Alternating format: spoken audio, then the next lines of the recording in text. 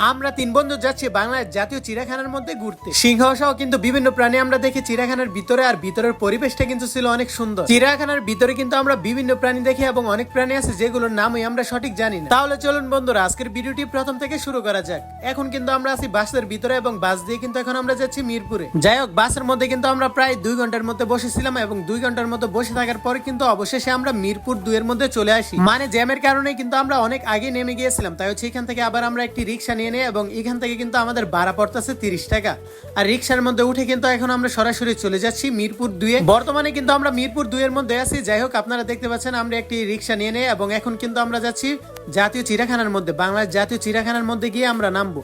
আর আমাদের কাছ থেকে কিন্তু এখান থেকে ভাড়া রাখতেছে 30 টাকা করে। যাই হোক, আমরা কিন্তু রিক্সার মধ্যে 5-10 মিনিটের মতো বসে থাকার পর অবশেষে আমরা চলে আসলাম বাংলাদেশ জাতীয় চিড়িয়াখানার ঠিক সামনে। যাই হোক, বাংলাদেশ জাতীয় চিড়িয়াখানার সামনে কিন্তু এখন আমরা অবস্থিত এবং এখান থেকে কিন্তু আমরা 50 টাকা করে টিকিট কাটি 3টা, এবং 3টা টিকিট কেটে কিন্তু এখন আমরা ভিতরে প্রবেশ করতেছি। 50 টাকা করে টিকিট কাটার পর কিন্তু অবশেষে এখন আমরা ঢুকে পড়লাম বাংলাদেশ জাতীয় চিড়িয়াখানার ভিতরে। আর ভিতরে প্রবেশ করতে কিন্তু আমরা প্রথমে দেখতে পাই হরিণ। আর দেখতে পাচ্ছেন যে আমরা 3 জন কিন্তু এখানে দাঁড়িয়ে ভিডিও করতেছি এবং হরিণগুলোকে দেখতেছি। এখানে দাঁড়িয়ে কিন্তু আমরা অনেকক্ষণ যাবত হরিণগুলোকে দেখেছি। তারপর এখন আবার আমরা হাঁটা শুরু করলাম এবং হেঁটে কিন্তু ম্যাপের সামনে চলে আসলাম।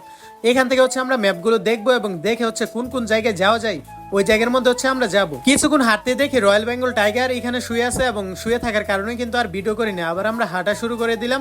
আর আমার সামনে এখন বর্তমানে যে প্রাণীগুলোকে দেখতে পাচ্ছেন, এই প্রাণীগুলোর নাম সঠিক যদি আপনারা জেনে থাকেন তাহলে কিন্তু অবশ্যই আমাকে কমেন্ট করে জানিয়ে যাবে। এই প্রাণীগুলোকে দেখা শেষে কিন্তু আমরা চলে যাই কুমির দেখার জন্য। আর এখানে এসে দেখে শুধুমাত্র একটি কুমির আছে। তারপর হচ্ছে আবার আমরা হাঁটা শুরু করি এবং হেঁটে কিন্তু আমরা চলে আসি এই জায়গার মধ্যে। আর এখানে এসে দেখে আমরা হচ্ছে গন্ডার দেখতে পাই, মানে বিশাল সাইজের একটা গন্ডার। যাই হোক, গন্ডারও কিন্তু আমাদের দেখা শেষ। এখন কিন্তু আমরা আবার হাঁটা শুরু করে দিলাম এবং হেঁটে কিন্তু আমরা চলে আসি হাতির কাছে। আর এখানে গত বছর কিন্তু আমরা দেখতে পাই অনেকগুলো হাতি, কিন্তু এইবার এসে দেখি শুধুমাত্র একটি হাতি। হাতি কিন্তু আমাদের এলাকার মধ্যে মাঝে মাঝে দেখা যায়, তাই হচ্ছে আর হাতিগুলো আমরা দেখি না। আর দেখতে পাচ্ছেন আমার সামনে একটা প্রাণী। এই প্রাণীটাও কিন্তু দেখতে খুবই আজব। আপনারা যদি জেনে থাকেন এই প্রাণীটার নাম তাহলে অবশ্যই কিন্তু আমাকে কমেন্ট করে জানিয়ে যাবেন।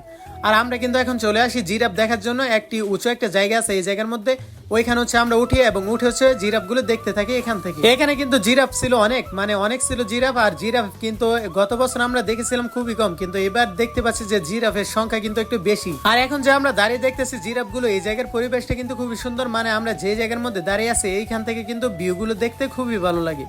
যাই হোক, আমরা কিন্তু এখানে চলে আসি ময়ূর পাখি দেখে এবং ময়ূর পাখি দেখার পর কিন্তু এখানে আমরা আবার চলে আসি অন্য একটি জায়গায়। আর আপনারা আমার সামনে দেখতে পাচ্ছেন যে উট পাখি। উট পাখি দেখতে কিন্তু মুরগির মতো লাগে। যাই হোক, আমরা কিন্তু আবার দেখে হাঁটা শুরু করে দিলাম অন্যদিকে। এখন হচ্ছে আমরা চলে যাচ্ছি জলহস্তী দেখার জন্য। আমার সামনে কিন্তু জলহস্তী গুলোকে দেখতে পাচ্ছেন না, জলহস্তী গুলো